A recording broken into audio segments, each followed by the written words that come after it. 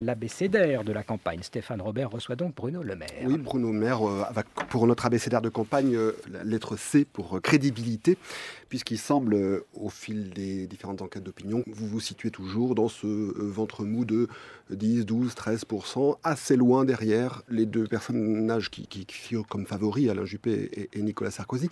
Il semble que vous ayez du mal un petit peu à décoller. Comment faire pour vous, pour passer de la notoriété, puisque désormais on vous connaît, à la crédibilité? Comment passer du statut de candidat qu'on trouve relativement sympathique à celui du candidat en qui on peut avoir confiance? Par la crédibilité, justement. Et vous avez raison d'insister sur ce terme, parce que je pense que c'est ce qui fait le plus défaut à tous les responsables politiques aujourd'hui. Dans tous les déplacements que j'ai faits, ce que j'entends partout, c'est « écoutez, c'est très bien vos propositions, mais pourquoi on vous croirait? Vous nous avez tellement déçus, tellement trompés. » La première réponse, c'est que c'est peut-être pas la peine de reprendre ceux qui vous ont déçus, qui ont gouverné le pays, si vous ne voulez pas à nouveau être trompés, à nouveau être déçus. Reprendre les mêmes, ça donnera les mêmes résultats. La deuxième réponse, c'est qu'il faut avoir travaillé, travaillé et travaillé. J'ai publié un contrat présidentiel de plus de 1000 pages.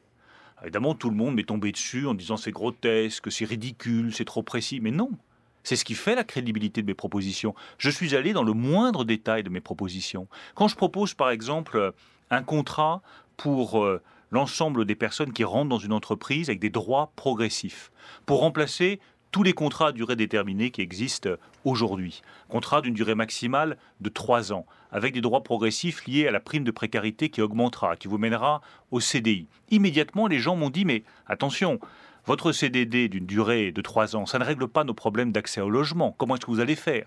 Donc on a bâti une garantie logement pour que les salariés qui sont dans ce contrat-là aient accès au logement.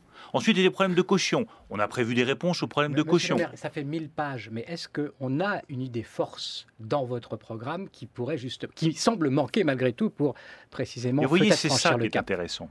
C'est votre remarque. C'est-à-dire qu'on veut tout et son contraire. On veut à la fois des propositions précises. Je pense que c'est le gage de la crédibilité.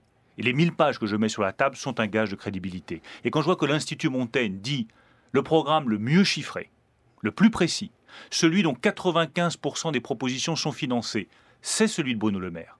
Ben, je trouve que c'est un gage de crédibilité. Après, bien sûr que c'est au service d'une vision de l'avenir de notre pays, une vision d'un pays dans lequel il y aura du travail pour tous, dans lequel on restaurera l'autorité de l'État, dans lequel la transformation du système éducatif que je porte depuis 3 ans sera enfin accomplie. Mais avant de parler de vision, il faut revenir à des choses très concrètes. Qu'est-ce qui changera la vie des Français? Qu'est-ce qui améliorera leur entrée dans le travail? Qu'est-ce qui leur permettra de faire baisser des impôts? Qu'est-ce qui leur permettra d'avoir un système éducatif qui donnera à tous les enfants la possibilité de se réaliser? Je crois que c'est les deux qui doivent avancer de pair si on veut être crédible. Des propositions précises et une vision. Mais ça n'a pas l'air de prendre véritablement. Qu'est-ce qui permet de penser que vous allez réellement mettre en œuvre ce que vous avez écrit, ces 1000 pages là? D'abord, pourquoi est-ce qu'il y a des difficultés? Parce que c'est toujours difficile de renouveler la classe politique. Ça se heurte à plein de résistances. Ça se heurte aussi à des intérêts. Donc tout ça fait qu'il est difficile de convaincre les Français de renouveler leur classe politique. Tous les Français que je rencontre sont très partagés. D'un côté, vous disent « Allez-y, foncez, monsieur le maire, c'est formidable ce que vous portez ».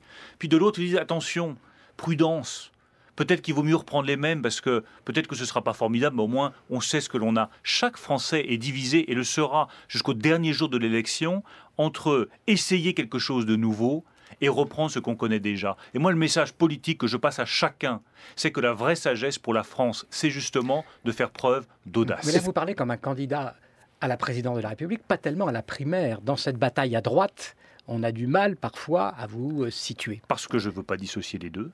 Parce que je pense qu'il n'y a pas d'un côté un candidat à la primaire et de l'autre un candidat à la présidence de la République. Il y a uniquement un candidat qui veut servir les Français et une certaine vision de la France.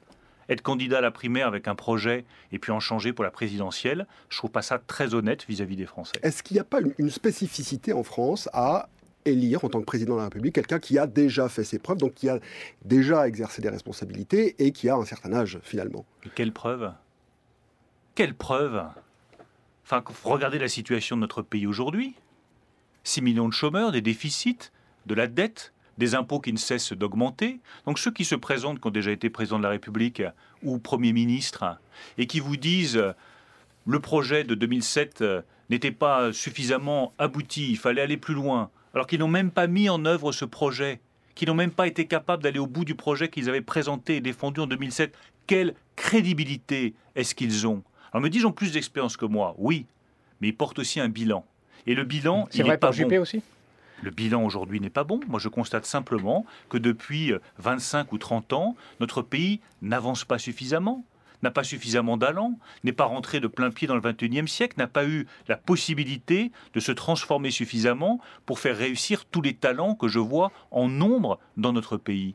Donc je crois que le vrai choix pour 2017 et le vrai choix de la primaire de 2016, il est là.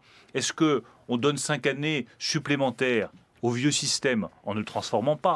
Ou est-ce qu'on passe enfin à autre chose? C'est ce que je propose. Alors vous proposez le renouvellement de la classe politique, hein, vous voulez même faire un référendum mais pas uniquement. Sur la question. Pas uniquement, je propose aussi sur chacun des sujets, sur l'emploi, sur le système éducatif, sur l'autorité, des transformations en profondeur. Regardez sur la question du travail.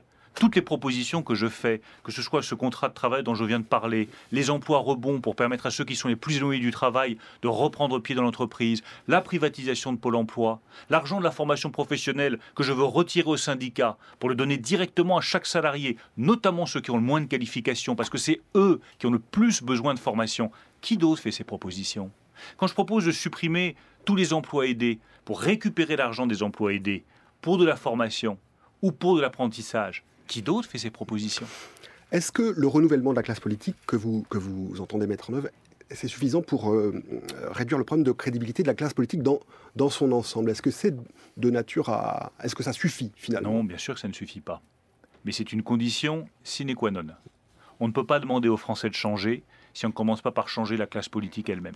Et c'est pour ça que je propose que dès juin 2017, on franchisse ce pas et on fait décider les Français par référendum sur le non-cumul des mandats, la fin du cumul de mandats dans le temps, la réduction du nombre de députés et de sénateurs, l'obligation pour un candidat à une élection locale ou nationale de présenter son casier judiciaire et l'obligation pour un haut fonctionnaire de démissionner de la fonction publique quand il est élu national. Je constate que Emmanuel Macron m'a emboîté le pas là-dessus, puisqu'il vient lui-même de démissionner de la fonction publique, comme je l'ai fait maintenant il y a 3 ans. Je suis content de voir que mes propositions... Oui. C'est plutôt lui qui doit se sentir proche de moi. Je suis content de voir que les propositions... Un deuxième tour, Macron-Le Maire... Je suis content de voir que mes propositions, en tout cas sur le renouvellement de la classe politique, commencent à percoler, à progresser. C'est difficile, mais ça avance. Mais ce n'est pas suffisant. Les Français ne se contenteront pas de ça. Il faut renouveler la classe politique. Il faut renouveler la classe syndicale. Il faut renouveler le fonctionnement administratif pour avoir une administration au service de la décision politique et pas l'inverse. Et puis il faut, toutes ces propositions dont je viens de vous parler, et une méthode de mise en œuvre qui soit une méthode crédible.